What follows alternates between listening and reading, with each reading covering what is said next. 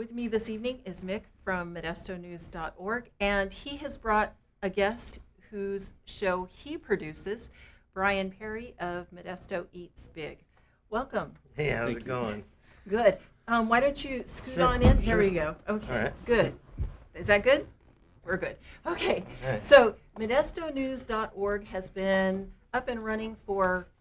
Well, I've been doing videos for Modesto with ModestoNews.org label for about 4 or 5 years, but I really put it into high gear in 2011.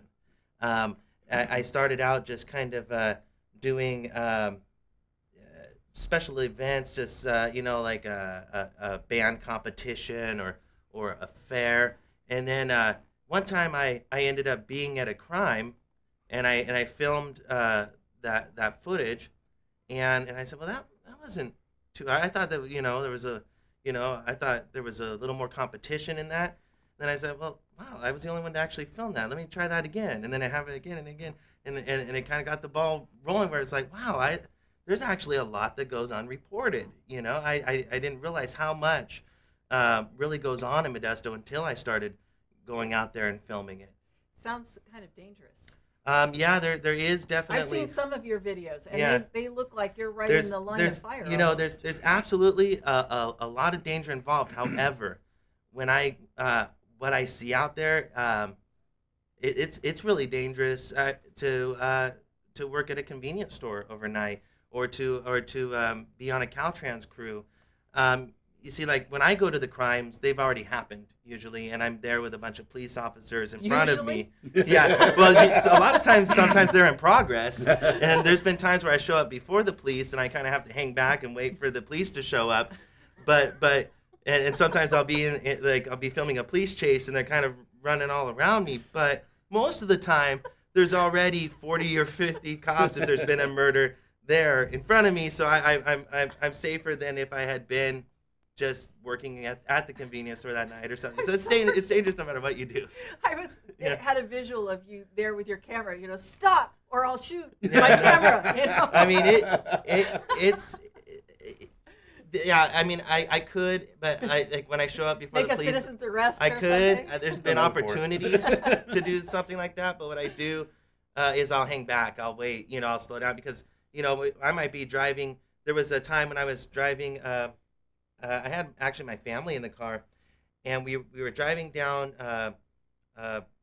Sisk, turning onto Orangeburg, and I hear on the scanner, shots fired at the on Orangeburg at the Motel 6, and I look over and there's Motel 6, and so I'm like, oh my gosh, and see, like, I was just driving down the road. If I hadn't had my scanner, I wouldn't have even known that was happening. There was people driving down the road, and they didn't know that there was just shots fired. So I had I pulled up. A few hundred yards past, I had my wife get in the driver's seat. I said, "Go, take off, leave," and I went and I kind of hid in the bush and waited for the cops to show up. Filmed them showing up, but I didn't go in there and try to like Batman or anything. Yeah, I was going to ask, do you ever show up before the police arrive and the criminals don't leave? I mean, they usually run in a hurry, But I mean, do they stick around so that they can make the news, or do they? Yeah. Well, what is that? Show that is it Cops? Yes. Okay, yeah. I mean, it's like some people actually like being on TV. Even if it's in handcuffs. Yeah, I actually thought there'd be I thought that I would have more actually backlash from people as they were getting arrested, but actually what I find out, what is really dangerous for me, what I found is really the dangerous is Modesto Bee? Well, no, but the they don't scare me, but is the friends and family that might show up. Not that I actually don't have a lot of people in handcuffs. Why are you filming me? Get out of here. It's more of like I've had people where their house was burning and I was filming and they were getting mad at me for filming. I mean, you never know when you're going to have a confrontation. It could be you're at the county fair and you're filming and somebody just, hey, why are you filming my girlfriend or something? I didn't even know. You know what I mean? Yeah, so I don't know. I mean, there's a level of danger, but for me, danger is your middle name. We've done citizens arrest before. We've worked security. Well, no, not doing. But you're a food Network guy. No, Yes, no. yes, no, but He's talking about 10 years yeah, ago. I met him doing security. So I actually went to the police academy, and I graduated from the police academy, and I did armed security with Brian, and so I've arrested people, So we've done and we've pepper sprayed how many people? too many. Too many to name, 100. Yeah. But but the police academy But Tom was my training. favorite. And I also was a volunteer firefighter. That's comes in real handy in knowing kind of the procedures that the cops might do and kind of When to stay back. and knowing the codes that they're speaking. And So at what point did you decide that you didn't want to be a police officer and you wanted to be a videographer instead? well, the police officer profession is very difficult to get into anyways. At this point, you pretty much need a master's degree or several years in the military. When I went to the police academy, when I went to the police academy, there was about 50 of us in the academy, and 2 of us were offered jobs by the time we got out. 5 years, 10 years before that, the whole academy would be hired by the time they got out. And in addition to that, I just didn't have the work experience that they would want, and also I didn't have like the cleanest record, that some people might, But You do a background check? yeah, I ended up getting into some trouble after I went to the police academy, and they need the top of the line, and all power to them, So this is, So you went into movies instead. Yeah, I was filming. You became a person in the entertainment industry. Yeah, I filmed. That's a whole story. I've filmed stuff my whole life. From when I was a little child, and I might even upload some of that stuff on ModestoNews.org one day. I remember filming when I was about 7 or 8, setting up a little desk, setting up a camera, and doing the news. So this has been in your blood for a long time. It's been in my blood, but it's not what I ever intended to be. It's just always been who I was. Well, that's what they say. It's like you don't become what you want to be. You already are what you are, and then you choose that profession based on who you are. So speaking of danger and everything, you are now shooting shows, not just footage like crime scenes or the county fair, which sometimes can be a crime scene. You are shooting you're starting up the Morris Show? Right? Okay. The Morris Show, which was on this station for like 16 years. We're moving it to ModestoNews.org. It's going right now, and there's the second shows of the seasons coming out this week, and it's more like out around the town. I saw your clip from New Year's Eve. Yeah. With Morris Smith. Yep. So I can't remember. I think it was about a 4-minute clip. Yeah. Like the show's going to be like anywhere from 5 to 10 minutes. Oh, good. Yeah. That will be really good. Yeah. On the and internet. He's very high energy. Yeah, on the internet you need to keep it nice and short, right. And like when you upload your clips on the internet, you use just the shorter clips, because people on the internet, their attention span goes way down. Right, right. They want it in 5 minutes or less. Yeah, I'd like to know how long somebody actually stays. Like when it shows how many hits you have on a video, but it doesn't say how long they stay. Yeah, it's 10 seconds or 20 minutes or 4 exactly. seconds. But another show that you have been producing is Modesto Eats Big. Yes. And this is with Brian Perry. Brian, okay, yes. Welcome, Brian. Thank you. Yes, thank you for having us. Thank you. Yeah, tell me a little bit about your show. Well, what we do is we go to local restaurants.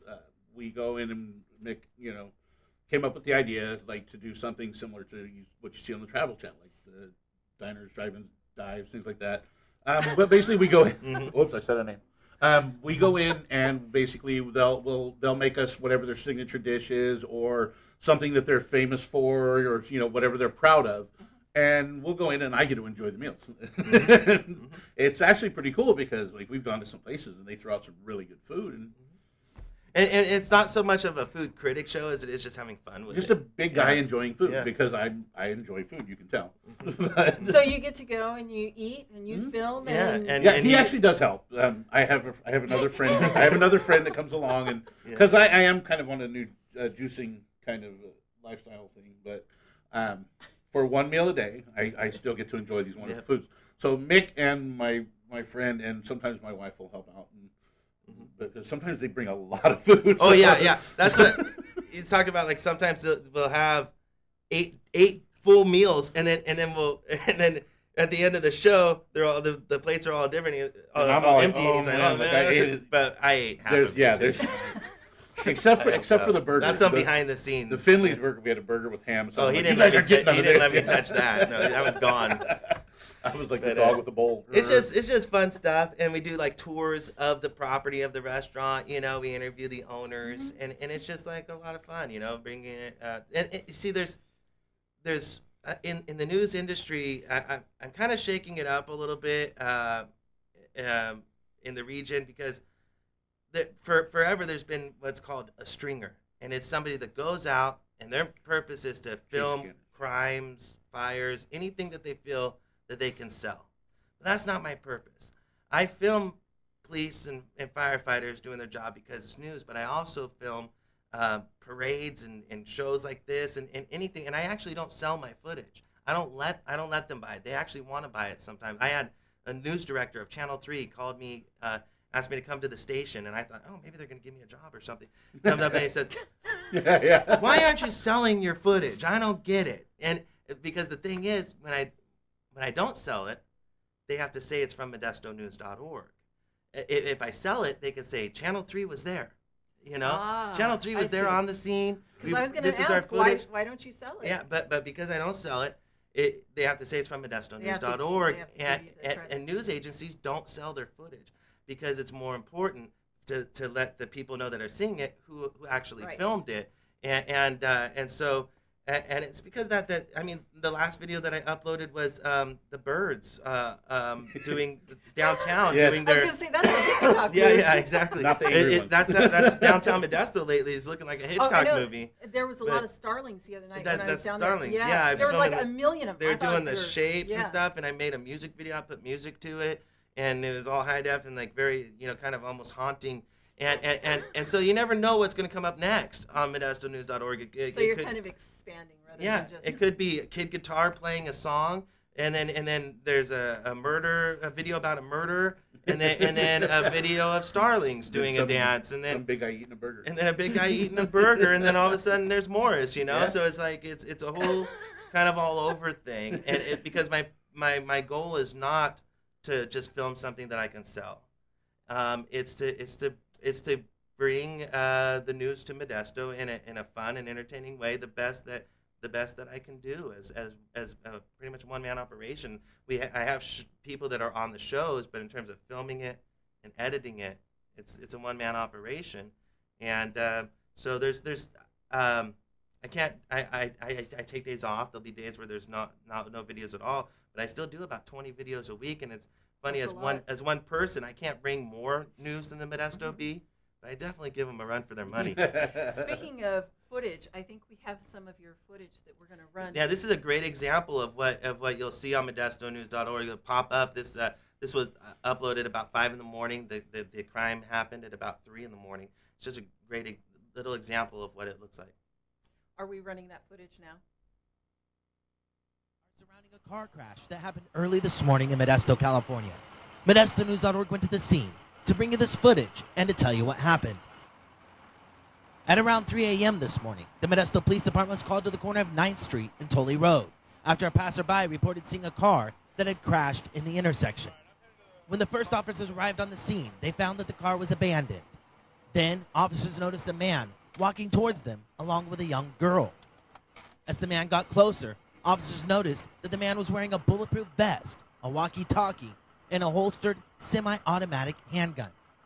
The officers drew down on the suspect, demanding that he surrender. He did so without further incident. Police were able to quickly ascertain that this man was the driver of the car and that the girl with him was his daughter. The girl was transported to an area hospital after complaining of pain due to the crash. Police found both drugs and alcohol in the vehicle. And as for the reasons why the man was wearing a bulletproof vest, walkie-talkie, and a gun, it is currently being investigated by the Modesto Police Department. This has been ModestoNews.org. And remember, for the best news videos in Modesto, California, subscribe to youtube.com/Modesto News and go to www.modestonews.org. I think we're back. I think so. So he gave us one of these. So either that or your order's ready. yeah. And I'm not sure if the audio was on that or not, but basically, just in case it wasn't, but it's me talking. I do my own reporting. Sometimes it's not needed. Sometimes something's really straightforward, and I also on the scanner I'll turn it up nice and loud. Sometimes I'll even hook it like right here on my shirt, so you can actually hear the police talking to each other. Sometimes they tell their own story. You know, you can hear it as it's happening. You know, but other times when something needs a voiceover, I'll sit there and I'll do the voiceover. That's something new too that hasn't been done locally on a local level. Is actually taking that extra time to write a script and record it real quick and actually report the full story instead of just uploading clips that you're hoping a station will buy and report. Now you brought your camera too. Yeah. Tell me a little bit about this, because you have filmed me, I think, on 2 different occasions. And most of the time, it's, the camera is about 10 feet away, and I feel real comfortable with that. But I have to say, you get in my personal space here with this, because you're just about like right here. It does throw a lot of people off and stuff, but it looks good when it's done, though, right? Well, not really. No, it was a little too close. It looks all right. It looked pretty good. You're just not used to it. Because you walked up to me, and it was like, literally, it was this close. And sometimes it's got to be that way whoa. because of, I'm worried about background noise or something like that because of the microphone. But, usually in terms of interviews with police officers or something, a man on the street, it's about here up, How do you get that close? Because the second time you filmed me, it was a little bit better and I felt more comfortable. But the first time, literally, it was like 3 inches from my face. And I think I remember what you're talking about because we were outside downtown and it was the audio issue. Because you were saying, okay, are you ready? And I go, yes. Yeah. And then, whoa. Yeah. So how do you get that close to police officers? Well, the Modesto Police Department has, and the Modesto Fire Department, it was kind of different for them, me kind of popping on the scene when I did last year, but they've been tremendously accommodating in terms of, because it's not me who they're talking to. Like 9 times out of 10 when I ask them what happened, I already know. They're talking to the people who are going to watch it. And I have to say, the police officers look very good. Yeah, I always do my best to whatever make sure. shot you're doing with them, it's great. Yeah. It was just mine that was a little. Yeah, you were just too critical on yourself, not me. No, but at first, first a month or two, all of a sudden they were like, who the heck's this guy? Like, why is he showing up to everything? And it's one of the reasons too I made the news truck, which is also too Modesto's first ever locally owned news truck, which is surprising that nobody's ever done something like that. But that way, when I show up to a scene, they could look over from 200 yards away and be like, oh, that's ModestoNews.org, because you show up to a manhunt or something in your car, and they don't know who you are, you're going to get a gun pulled on you, perhaps, or something. Is it a car or is it a van? It's a Suburban. You got to be careful because you show up and they may see that and crawl in your car. Yeah. I hope you keep your doors locked. Well, I have pepper spray too, just in case. Oh, and you've used it before. Oh, yes. Well, in the past, but not doing news. But I always keep pepper spray just in case. But this camera too, it's very. He's a good shot with both. It's a very different camera for filming news. As far as I know, I'm the only one in the industry in the region that uses this kind of camera for news. This is a very high definition camera. Yeah, it films in 1080i. If you put my footage on Brendan Theater, it would be clear, And actually, when they run it on TV, they have to actually bring it down a little bit because TV runs. Most of the TV stations are running in 720p high def, but this is 1080i like a Spielberg movie or something. But what's interesting about it is all the other people doing news are running around with these cameras that are about like that. Mm-hmm. With this one, I've climbed up in trees before to film over something. I filmed over. I can get up over a fence, like if there's in a field, and film like up like that or down, low. And I a lot of people see when on a lot of things I'll film while I'm driving, and they're like, oh my gosh, how dangerous. Because they probably think, it's like one of these. But basically, if I'm filming, I don't look. I just like put out the window as I'm, as I'm driving, or just, Is there a law against that? Not yet, but there probably will be because of me. but you can't talk on your cell phone, but you can film. You can film. But I'm sure now, there's going to be a city ordinance by the end of the year. This guy, but it adds a whole lot, like on the police chase videos and stuff and stuff like that. I'm able to film as soon as I get on scene too. If something's happening right away, I don't have to get the tripod out and get all this set up. I can jump out and boom, I'm filming it, and so that adds a lot to it. And I don't know why anybody else isn't using these cameras, because this camera costs about $10,000 to $20,000 less than their cameras that they're using now too. How much does a camera like this cost? Well, a setup like this, roughly, around $2,000 to $3,000. Careful, your wife might be watching. Yeah, I know, that's the thing. I don't want somebody try to, I don't want people to know what kind of equipment the value is in my car. You're gonna watch out at the airport now. Yeah, I know. Now you're gonna be like, hey, that's a $3,000 camera. But let's say around the price range of $2,000 to $3,000. I mean, it's very easy to Google it. It's a Canon 60D, but there's a lot of other things. You need to get the memory cards, which are $50 to $60 a piece, and then this light setup. See, I had to modify some things, because usually this is for a flash, and it's supposed to be something that I just tightened it. It's supposed to go like this, and you're supposed to it's supposed to have a flash on here. But I'm like, oh, I'll use this for my steady light for filming. This is just it's not a flash, it's just something that comes on. Right, I remember that light. Yeah. And then I can just and I can walk around with it like that, or so it's just innovation. Yeah, because you have the microphone hooked onto it. Yeah, otherwise you would just put that down in there. But yeah, this microphone plugs into where the flash would be. Okay. And then also too, if it's too loud out there or something, I can hold the microphone. Oh, I would like that much better next time. Yeah, exactly. I'll do that next time. I can do that kind of deal. But it's funny, and I've had a very warm reception in the industry as far as Sacramento goes, but locally, it's very competitive and stuff, and competitive, or they just don't want to have another. Like you. Well, it's a lot more competitive than I thought it would be, but it's very interesting. I mean, at this point, I think the bee itself is just it's really funny. I want to just bring up an example, because finish your thought. This is hilarious. No, this is going to illustrate exactly what the bee's doing at this point. They have this policy where they'll run a story, and then they'll run next to it. They'll say, "Here's other news agencies that covered it," and so that video. Everybody except Mick. Yeah. I don't think it was.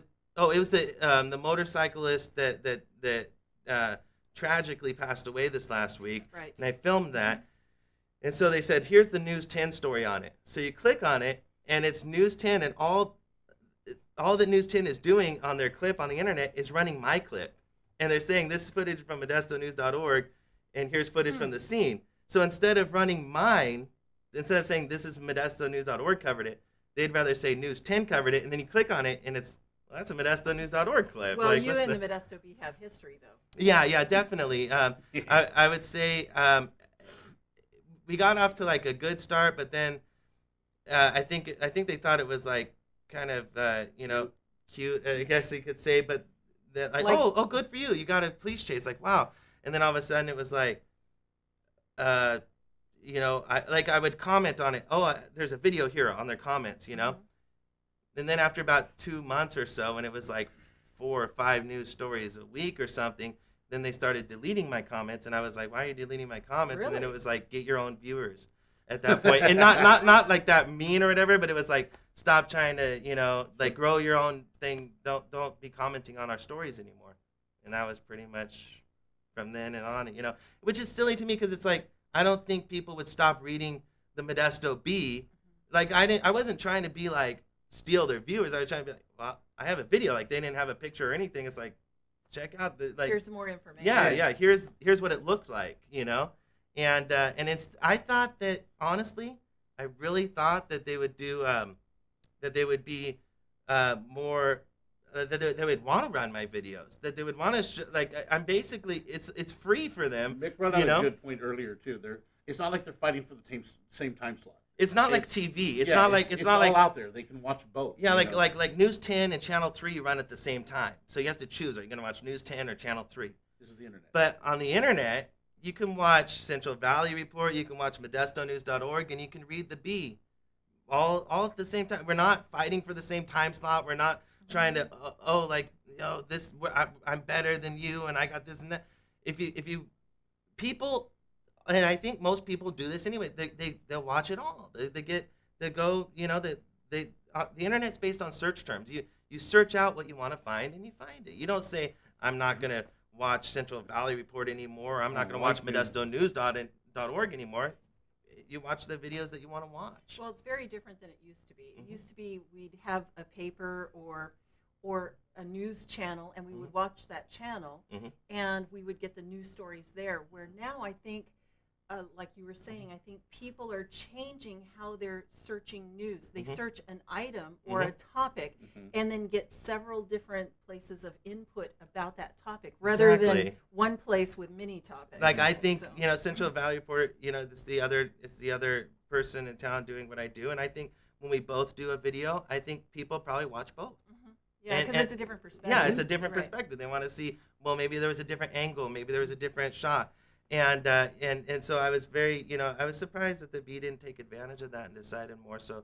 But, well, maybe whatever. They will after their editor retires. Yeah, well, exactly. Mick's my friend, but I watch both. Yeah. We only have about a minute and a half left. Please tell our viewers where we can find you. I know you've mentioned it a couple times, but mention your full name and your video site, and as well as a phone number. Yeah. Well, I don't do phone numbers just per se because honestly, the news isn't set up in a way where I'm not trying to cover everything. I acknowledge that I'm a one-man operation, and I don't want to get like a whole lot of news tips because if I'm not covering it, if I don't have the scanner on, I'm probably off. So, and so I don't, but it's ModestoNews.org.